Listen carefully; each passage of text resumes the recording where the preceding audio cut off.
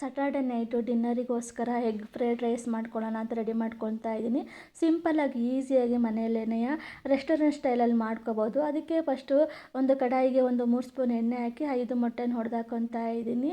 ಚೆನ್ನಾಗಿ ಅದನ್ನು ರೋಸ್ಟ್ ಮಾಡ್ಕೊತಾ ಇದ್ದೀನಿ. ಉದುದ್ರವಾಗಿ ಬರಬೇಕು, ಆ ರೀತಿಯಾಗಿ ಅದನ್ನು ರೋಸ್ಟ್ ಮಾಡ್ಕೊಂಡು ಎತ್ತಿಟ್ಕೋಬೇಕು.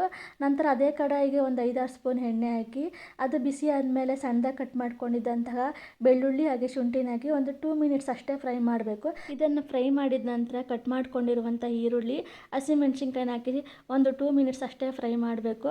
ನಂತರ ಬೀನ್ಸು ಕ್ಯಾರೆಟ್ನ ಹಾಕಿ 2 ಮಿನಿಟ್ಸ್ ಫ್ರೈ ಮಾಡ್ಕೋಬೇಕು. ಕ್ರಂಚಿನೆಸ್ ಹಾಗೇ ಇರಬೇಕು, ಆ ರೀತಿ ಫ್ರೈ ಮಾಡ್ಕೋಬೇಕು. ನಂತರ ಕ್ಯಾಪ್ಸಿಕಮ್ ಹಾಕಿ 2 ಮಿನಿಟ್ಸ್ ಫ್ರೈ ಮಾಡಿದ ನಂತರ ಉದುದ್ರವಾಗಿ ಮಾಡಿಟ್ಟಿರುವ ಅನ್ನನ ಹಾಕಿ ಅದಕ್ಕೆ ಸೋಯಾ ಸಾಸು ಹಾಗೆ ರೋಸ್ಟ್ ಮಾಡಿಟ್ಟಿರುವಂತಹ ಮೊಟ್ಟೆ, ಅದಕ್ಕೆ ರುಚಿಗೆ ತಕ್ಕಷ್ಟು ಉಪ್ಪು ಹಾಗೆಯೇ ಗರಂ ಮಸಾಲ ಹಾಗೆ ಕಾಳು ಮೆಣಸಿನ ಪುಡಿನ ಹಾಕಿ ಲೈಟಾಗಿ ಮಿಕ್ಸ್ ಕೊಡಬೇಕು. ಮಿಕ್ಸ್ ಕೊಟ್ಟಿದ ನಂತರ ಅದಕ್ಕೆ ನಿಂಬೆ ರಸ ಹಾಗೆ ಕಟ್ ಮಾಡ್ಕೊಂಡಿರುವಂತಹ ಕೊತ್ತಂಬರಿ ಸೊಪ್ಪನ್ನು ಹಾಕಿ ಹೈ ಫ್ಲೇಮ್ ಇಟ್ಟು ಅದನ್ನು ಚೆನ್ನಾಗಿ ಮಿಕ್ಸ್ ಮಾಡಿದ್ರೆ ರೆಡಿಯಾಗುತ್ತೆ ರೆಸ್ಟೋರೆಂಟ್ ಸ್ಟೈಲಲ್ಲಿ ಎಗ್ ಫ್ರೈಡ್ ರೈಸ್.